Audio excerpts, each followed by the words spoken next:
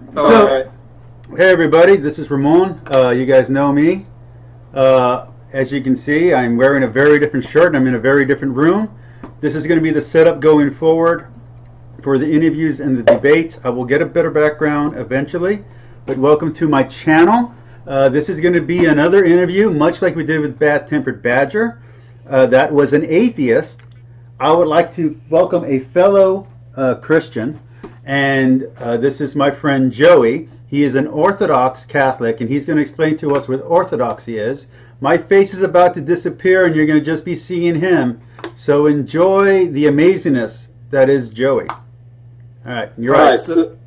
So the Orthodox Church is the church founded by Jesus Christ in 33 AD.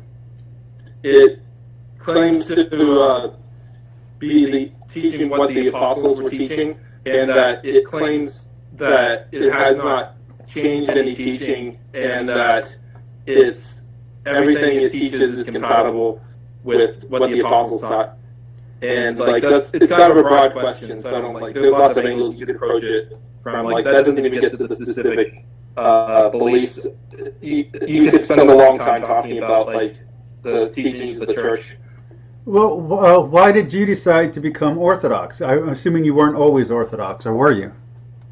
Well, I was raised Roman Catholic, but what happened with that was I used to be more liberal, like a more liberal-leaning Catholic. Well, not I'm trying to articulate this better. I used to go to Protestant churches all the time, think that Protestantism's fine, basically adopting the teachings of my family. But then what happened was I started to read more into what the popes have taught, and I became a sedevacantist for a little period of time. After that, I got the reason I left the sedevacantist religion, which is the traditionalist Catholic point of view, is because how hard-line the positions are, and because I started to see flaws in the Roman Catholic arguments for the papacy, saying if you, how can the Catholics have a problem, the sedevacantists have a problem with the Orthodox Christians saying that the Pope has apostatized when they're saying the exact same thing. It's kind of hypocritical for them to be so hard on sedevacantists to be so hard on Orthodox Christians when they're basically teaching the same thing. And also I saw I don't find the historical arguments for the Roman Catholic papacy dogmas as articulated in Vatican Council I to be convincing. It's really not convincing to me. Well, is the papacy, or the Pope, as we say in the Catholic Church, is that your main objection, or are there any other objections to Catholicism? That would be my main objection, but I'd clarify it by saying that the papacy is the basis for all the doctrinal developments that differentiate the Eastern Church from the Roman Catholic Church. So there's two aspects here. The papacy is the way that we get all these doctrinal developments after the two churches were separated from each other, and even a little bit beforehand. Well, let me ask you two very basic questions that my audience would be interested in. My audience is split in two. Half my audience is Muslim, the other half of my audience are atheist. It'd be really great if I could get some Catholic viewership, but I kind of burnt that bridge when I made fun of that Catholic couple who are watching their subscribers. Hi, guys. Let me ask you, and remember, you are speaking to these two audiences, so try to be respectful in your response. Okay. Why is it that you are not an atheist? What makes you believe that there is a God?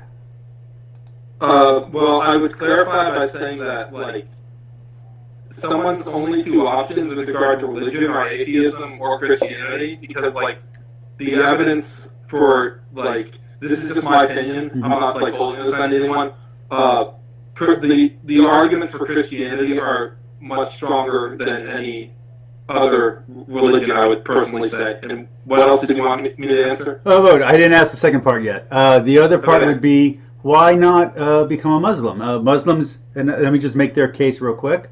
Muslims believe that the Virgin Mary was a virgin. They believe in one singular monotheistic God. They believe in that Jesus existed. So under that, is there a reason why you do not go with Islam as your preferred religion? And remember, there are Muslims watching this, so please answer accordingly. Okay, I'm going to try to be respectful as possible. So you want me to actually give an argument? Not so much an argument, but if you could just give your reasoning why you, because I believe that when we were talking before, that you said that you are familiar with the Quran. So is there a reason why the Quran did not convince you personally to become a Muslim? To submit, as they say. I could be wrong about this because my knowledge of Islam is not complete, but I think my reason for personally choosing Catholicism would be because I'm not Catholicism. I mean that's Orthodoxy. Orthodox Catholicism is still Catholicism. It's okay. Yeah. It's the same family. Yeah, I'd say the reason for choosing Orthodoxy would be because of the miracles that Jesus worked, and they're not present like in other religions so close to the beginning of the religion, the so-called miracles. And there's I'd say there's probably more evidence for the Christian miracles than other religions. That's what I personally say in a respectful way. All right, let me ask you one more question before we get into some of your personal stuff. Just out of curiosity, going back a step, because I'm pretty sure that any atheist watching this is going to be upset that I didn't press you on this, which is, what is your reasoning for believing in God? And mind you, we both have similar faiths, so I'm not questioning your belief personally. Right. Yeah. Well, I'd say, when you look at, I've read books on the Shroud of Turin, and the evidence for that's the burial cloth of Christ is pretty convincing.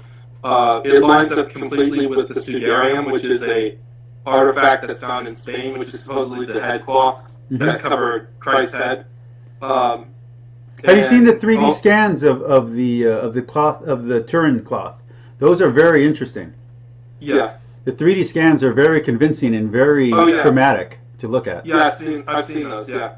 I'd say that's a pretty convincing argument in itself, but that's not really. That's just supplementary information.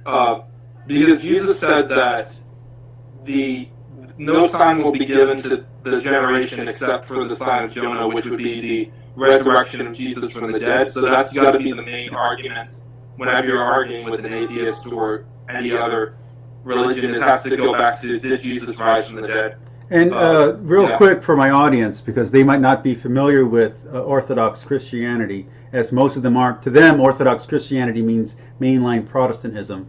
Could you explain to them what some of the differences, just the big topics, what's the differences between Orthodox Catholicism and Orthodox Protestantism, and then what's the main, let's say, two differences, and I think you know what I'm hinting at, between Roman Catholicism and Orthodox Eastern Catholicism? Okay.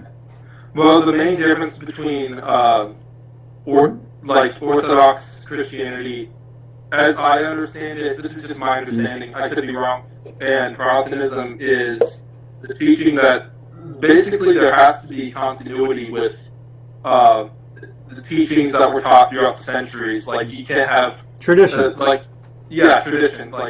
Martin Luther, it was a very, very strong break off from, very radically different from what was being taught at the time in both the Catholic Church and the Orthodox Church.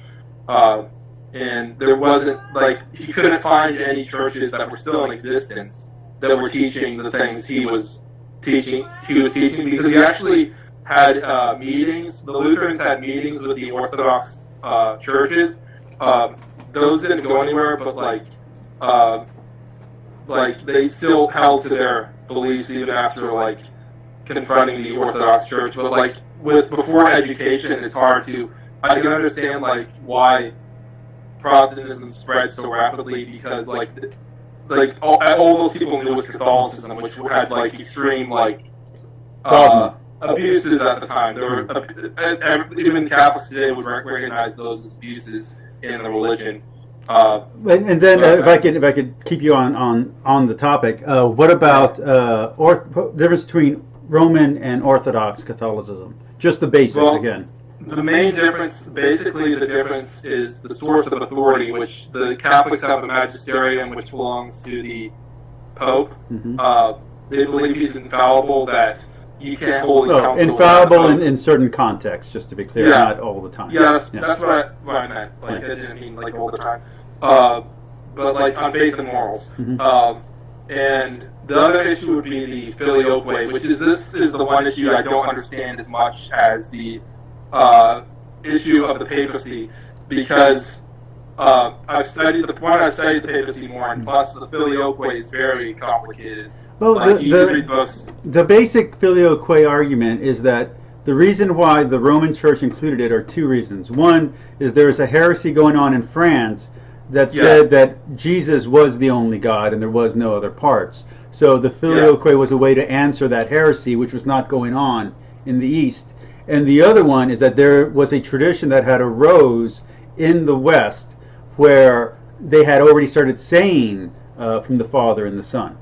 But the filioque is not as hardline of an issue as it used to be in the Catholic Church. For instance, the Byzantine Catholics are allowed to say, are actually required to say the creed without the filioque, because in the Greek it doesn't work and it means something completely different. So I mean, I'd even say that there might be an Orthodox understanding to the filioque, but I haven't studied the issue, so I can't speak on that because I don't know enough about it. But it's just the way you approach the issue. I've heard Orthodox Christians make arguments that there is an Orthodox way to understand the filioque. I have heard that as well. All right, now I got 3 final questions for you, and they're all a little bit more self-aggrandizing, but for you. Number 1, what is your channel, and what is your channel about? My channel is All the Stars Are Dead. It's all one word, All the Stars Are Dead. Mostly, what I like to do the most is I like to write poetry books. My books are actually on the channel, full audiobooks. I got a new one coming out on June 22nd called Love Poems at the End of Our Lives. That's my new book. It'll be coming out. And my channel is mostly poetry, but I also talk about religion or whatever I feel like talking about. And you are a published poet, and your books are available for purchase, correct, on Amazon? Yeah, I think you can find the Amazon link on my About page to my books. Okay, and then my next question would be, the reason you got in contact with me is because you heard my announcement about the debate. I hear you're interested in debating. Is there anything that you would like to debate in particular? And is there any particular faith that you would like to debate? And why should people tune in to hear you argue for your side of any of these arguments? Well, the one issue I want to debate the most would be the papacy. I'd be arguing for the Orthodox position on what the Church teaches about the Pope's authority. And what was the second part of the question? Why should people tune in to your version of the debate if you come in on this? Because I've been studying this issue for quite some time, even though there's some books I still need to read on the issue, but I'm catching up. I think I have an interesting perspective on the issue. And then lastly, and this will be the last part of this question, which is, if we do get enough people, for instance, we have right now, we have several atheists who are interested, obviously.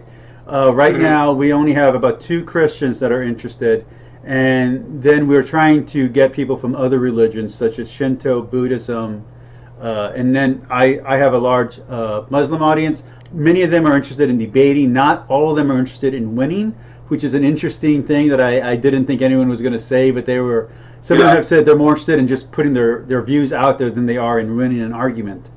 Would you be interested in debating anyone else other than just me, other than just the Catholic on the panel? Well, I'm interested in debating anyone, basically, but the group I don't want to debate as much is atheists, because I'm not as familiar with the arguments either side. I mean, I have my reasons for believing what I believe, but I don't feel like I could defend as well against like atheism. So any other religion, I'd probably be more willing to debate, like even like a Muslim or a Protestant or something else. All right, Joey. Well, I definitely like I like what you're saying. I like what you're thinking.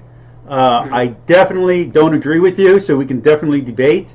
But I'm gonna have to tell you, it's gonna probably be about a month away before you can get into it, or maybe a few weeks away because we still have to set up the debate. But that being said, I would like everybody to please go subscribe to his channel, and please subscribe and like my channel. This was good talking to you guys, and I will continue doing interviews like this with more people of different faiths to get their opinions out there. And if he's willing, maybe he'll be willing to come on my channel again. Maybe I could appear on his. That's up to him. But anyway, peace, like, and subscribe. Talk to you all later. Have a good night, everybody. You want to say any last words? Well, I just want to say bye and thank you for listening. And thank you for the promotion of my channel. No problem, man.